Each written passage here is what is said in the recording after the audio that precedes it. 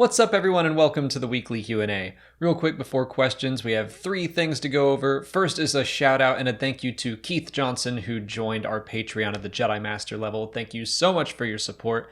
Second, we're actually filming this on a Friday, so we watched the most recent episode of The Mandalorian, so we won't be making guesses on certain questions, but there will be spoilers for yesterday's episode if you haven't seen it yet. And finally, just a reminder, we are supporting the Hyper Toy Drive for the next couple weeks, and there is a link to that in the description for more information, or if you want to support the Toy Drive. For our first question this week, Trevin Pettigrew asks if Moff Gideon could be working with or for Grand Admiral Thrawn. Well, yeah, that seems to be...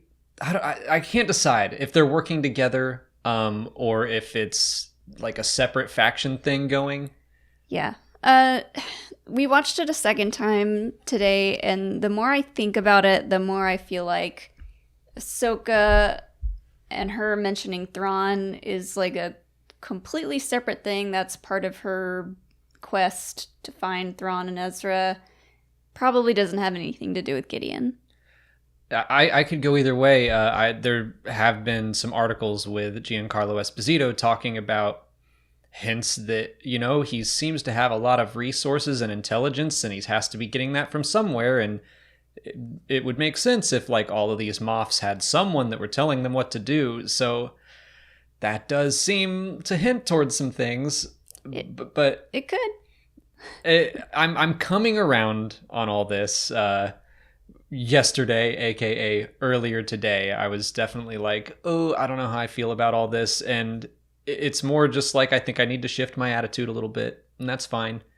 Because I do get excited at the idea of seeing a live-action Thrawn. Again, it's just one of those things where, like, reading those books in the 90s, I never would have thought that someday they might cover his return to the galaxy. They might do something like Heir to the Empire. Probably not beat for beat, but something along those lines, and that does excite me.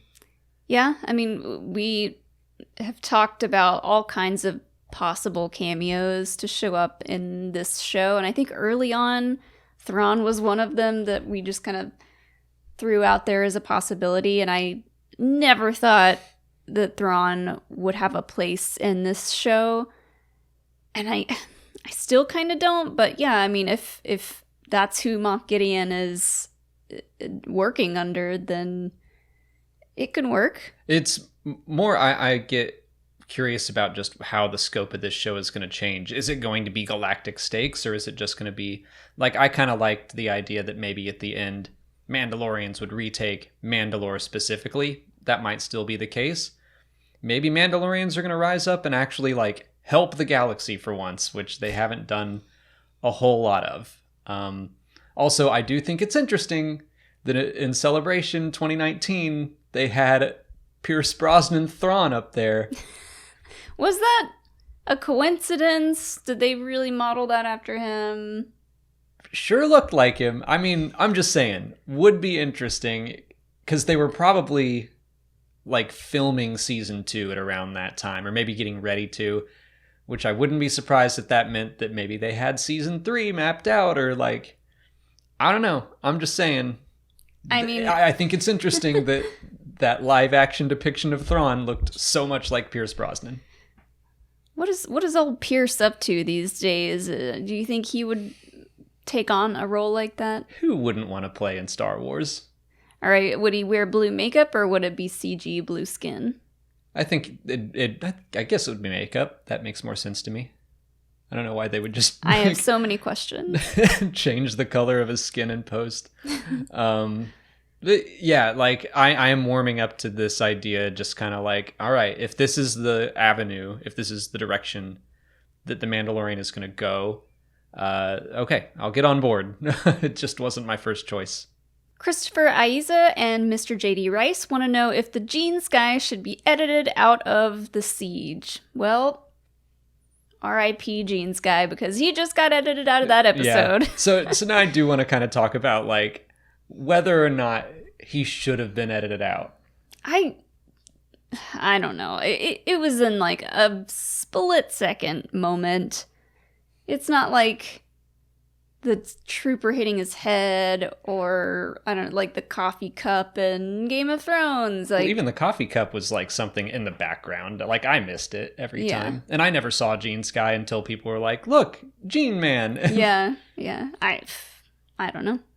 Maybe Favreau is like a real stickler for something like that, and it was like, get that out of there. Like, I'm not surprised that they edited him out. We have the technology now, but I don't know. Part of me thinks back to things like the reflection of the Cobra in Raiders of the Lost Ark, where it's like right in Indy's face, but you can barely see that like there's a pane of glass between Harrison and the snake.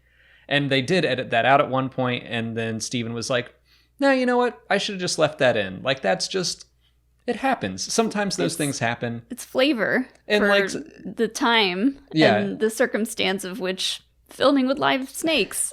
and Star Wars fans, like, we latch onto those things and they become fun, and like that already happened. Like, Gene Man will live on in our hearts forever.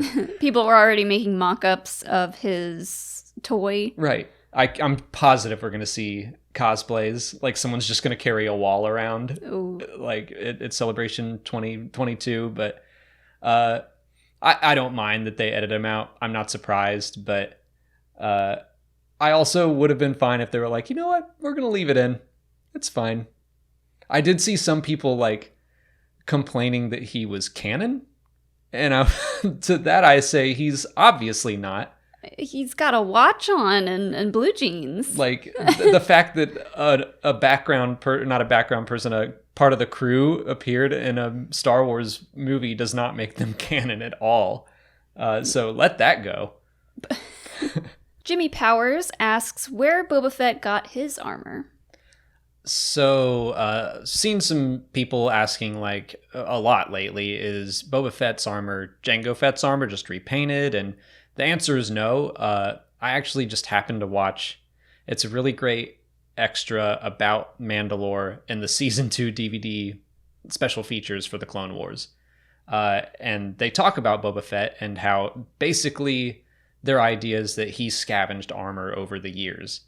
And that's even what I believe 1313, the video game, was going to be about.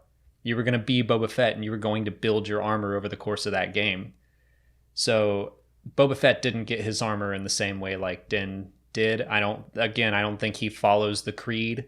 Mm-hmm. Sounds like maybe he killed Mandalorians along the way and just took a bit here and took a bit here. That was going to be my next thought, is do you think he was specifically hunting down and killing Mandalorians for their armor, or some of it maybe he got the helmet from a person that he killed, and some of it he bought off some Jawas? And yeah, I think it's probably a number of different things. And Dave Filoni said in that special feature, he's like, yeah, Boba Fett did it because his dad did it, and he just wanted to look like dad, so that was kind of his goal. Kind of sweet. Yeah, but then you can also see that he has tricked his armor out a few different ways. There's some gadgets that Boba Fett has that other Mandalorians don't. He's got trophies attached to him, stuff like that. So yeah, his Mandalorian armor is a little bit different. Jim W. wants to know if Gideon was just given the Darksaber as a war trophy, or did he actually earn it? I think that's interesting, and I talked about this on a video this past week about Gideon and how I see him. I might be absolutely wrong about all that now, with potentially Thrawn being in charge of him. I don't know. But I like the idea that maybe Gideon is someone who really wants power but doesn't understand it, and like he might be going after the Force, although he doesn't get it. It's something that he just knows he wants, and I think that the Darksaber could potentially be something like that. Yeah, I hope that this question gets answered fairly directly in the show. I hope we see how he got the Darksaber, or he mentions it or something, because I am really curious as to how he got it, and if he had to like specifically like fight Bo-Katan or something for it. Yeah, I hope this question gets answered. I like to think that he had to earn it and wasn't just given to him. But to talk about another Giancarlo interview, he says that Moff Gideon is quite good with it. So it's totally possible he could have earned it. But I could also see it being just like a spoils of war. Maybe Bo-Katan surrendered it to him, something like that. Maybe Thrawn gave it to him. I don't know. It's like I think that Gideon is already a really interesting character who I want to explore more.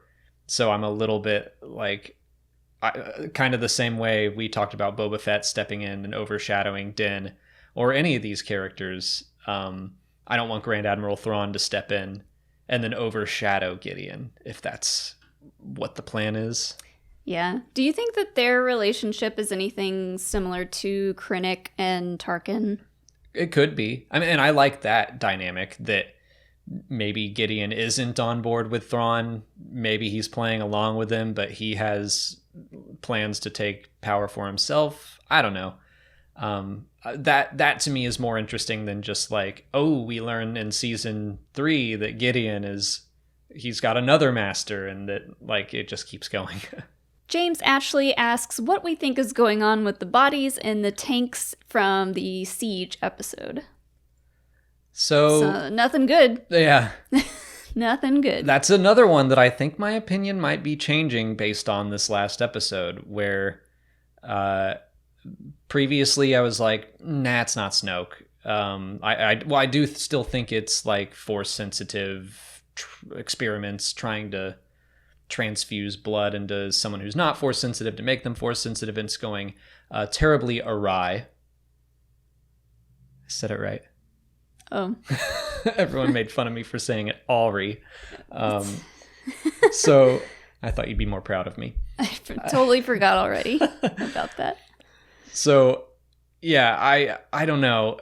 After the stuff with Thrawn potentially coming in and like connecting to more and more stuff, I'm like, okay, maybe that is the Mandalorian's purpose. The way that the Clone Wars really expanded the world, the prequel era, maybe the Mandalorian is really going to expand that whole time period between the originals and the sequels.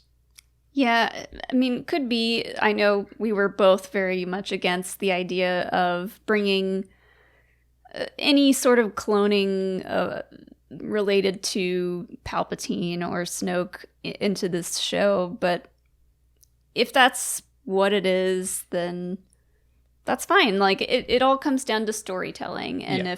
if they can weave it into the overall story well enough, then sure, it's fine to sprinkle little stuff like that in there.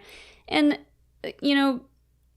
according to the concept art that plays during the credits, they were just kind of like shapeless blob. They just kind of look like things. People silhouettes. Yeah.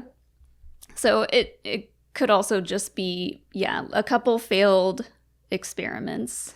Snoke and Palpatine, it's like not something that I'm dying to have answered. I kind of just want to like, let's leave that stuff alone for a little while. But also that is one of the things where I was like, oh, they're really just jumping into the dead speak, and Palpatine's back at the start of episode 9, and like Snoke is still very ambiguous. So if you're going to answer questions about the sequel era, like those are the lingering questions. So if they can continue to find interesting ways to do that, which I don't know, I feel like I'm poo-pooing all over the Mandalorian the past day or two, and I'm not. Like, I'm still really loving season 2.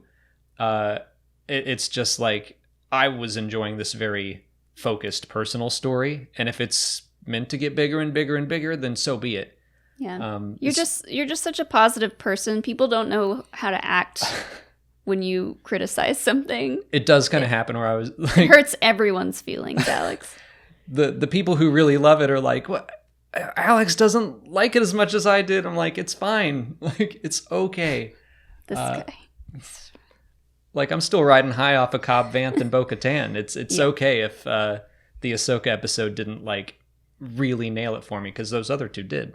That's it for patron questions. If you're a patron and you didn't see your question answered here, just head over to Patreon, where we left you a written response. If you're not a patron, you can learn more by following the link in the description. Just $1 a month will get you access to extra Star Wars Explained content like audio commentaries for the films. And right now we're doing audio commentaries for all the new Mandalorian episodes, so we'll be doing one for the Jedi very soon. On to YouTube questions. Lucas C.A. Roca asks, how many seasons we think The Mandalorian will last? I could see it going 5, like, easily. Maybe more. I mean...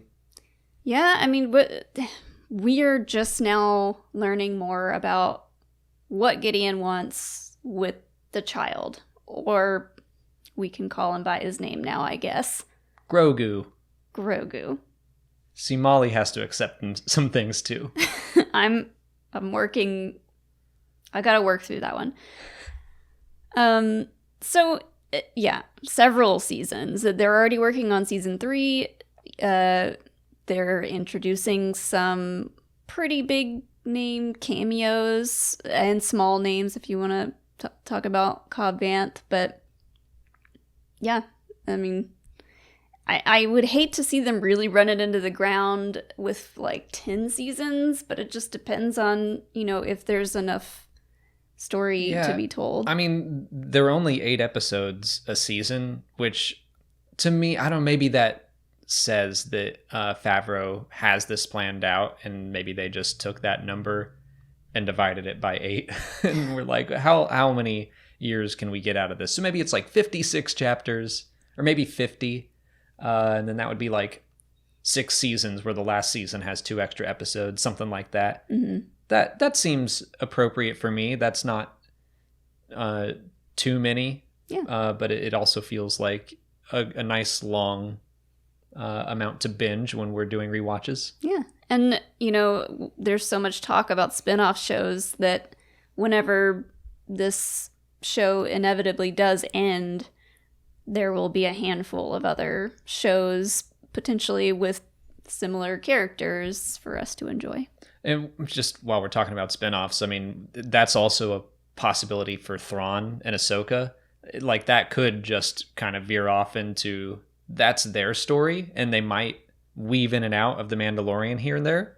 I would like that. I would almost prefer that, I think. But there are plenty of possibilities here for The Mandalorian story to like continue even after its main run is complete. Nick Bush wants to know if Ahsoka will call the child Baby Yoda. Well... She didn't. Nope. She learned his name. Yep. Let's talk about that. Okay. I wrote this Q&A. I put the questions down this past Wednesday, I think. But okay, so she did bring up Yoda, which was something that we talked about, I believe, last week in a Q&A or during a live stream, whether or not she would name drop Yoda. And she did, saying that the only other of his kind she had ever seen or met was Master Yoda. Get out of here, Yaddle. Well, she probably never met Yaddle. Yaddle was... There's a chance Yaddle wasn't around when Ahsoka came along. But yes, Yaddle existed also at some point. We should not forget. I'll never forget. Yaddle and her sacrifices. So that was a moment in the episode I really, really loved. And Ludwig did this the whole episode. He's been doing it this whole season, is like weaving in familiar themes. Just a little bit of Yoda's theme like comes in and goes right back out and right back into the main music he's written. Ahsoka's theme came in and out. He's been using March of the Resistance whenever Carson is around. So lots of fun stuff there. But yeah, I think I'm coming around on Grogu. I keep like forgetting what it is and saying it Gorgu or I keep wanting to say Groju. Well, the Goju was what Steele... Yoju. Or Yoju, yeah. Yoju was what Steele guessed his name would be, and he got pretty close. Yeah. So I've been saying for a while that I didn't think they would name the child. And it did kind of have that... And my reasoning for that was whatever they name it, people are going to be like, huh, okay. And that's exactly the reaction I had. But I'm like, I'm past that now. I'm like, okay, Groju. I'm probably still going to call him Baby Yoda a lot, but... Yeah. And we talked about this earlier today when we were walking the dog. Because they waited so long to give him a name, I feel like that had an effect on our reaction to the name. Like if they had given us his name at the end of the first season, it might have been less of a reaction. And this is something I kind of wish I had thought of when I was doing my review, but I do think that an episode like this is when I really feel this is a weekly release. If this were, hey, we dumped the whole season out at once and we just binged it all, and if they had done 16 episode seasons instead and I just binged through it all, like, yeah, this wouldn't even be a conversation I'm having. Like, this isn't bad storytelling at all. It's just kind of like the vibe I was getting and expecting from what they had told us so far, and I was wrong, and that's fine. I already forgot it again. Is it Grogu? Grogu. It's Grogu. K-Dog Westmore asks if Din could cameo in the Kenobi series since he claims he's spent so much time on Tatooine. I doubt it. Like, him saying I've spent much time on Tatooine just means, like, he's been here before. He's learned to communicate with the Tusken Raiders and stuff. I don't think he, like, interned there or did a... a student that goes overseas, foreign exchange student. Or like a study abroad program. Yeah, I don't think he did any of that. No, I mean, Tatooine, it's got Mos Eisley, it's where Scum and Villainy goes, he's a bounty hunter. It makes sense that he would be going to and from there a lot. However, at the point in time of the Kenobi series, I think they said it's either 5 or 10 years after the Clone Wars end. So we could see like a tiny little Mandalorian in his tiny little suit of armor. And I mean, that would be adorable. Then we'd get baby Mando. Oh, well, he wouldn't be a baby, but he'd we'd be call like him baby Mando, though. He'd be like a bratty teenager. But he might look like one of those kids that we saw running around in the covert. Sure. Destastic wants to know if Din broke his code of honor by keeping the Beskar armor and the child. I think he broke the guild code of honor, but I think he upheld his own code of honor. Yeah. And also, I feel like he can change his code of armor. Honor? Honor, whenever he wants to. Yeah, like that to me was just his conscience told him something, and he was like, I'm going to listen to it. And he followed his heart, and he did what he thought was honorable. Mm-hmm. And he did get kicked out of the guild for it.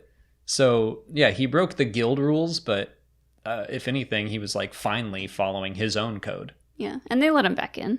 Yeah. Because he's awesome. Belzebubby12 asks if there's a chance we'll ever see Thrawn in live action. So was this asked before or after today's episode? This was asked before. Oh. So... Good catch. Uh-huh. We're just going to keep talking about Thrawn. Yeah. So, I mean, I think that it's almost a given at this point. I think it will happen. It's just a matter of when and how. Yeah. I mean, I keep coming back to the idea of this Rebels sequel series that we may or may not see that will be animated, I assume. Or maybe some wires got crossed and it's all live action. That would be... I don't know. That would be a weird move for Star Wars to make a sequel series. I agree. From animated to... But yeah, it's possible. My first thought is he's going to come back in a spin-off series animated.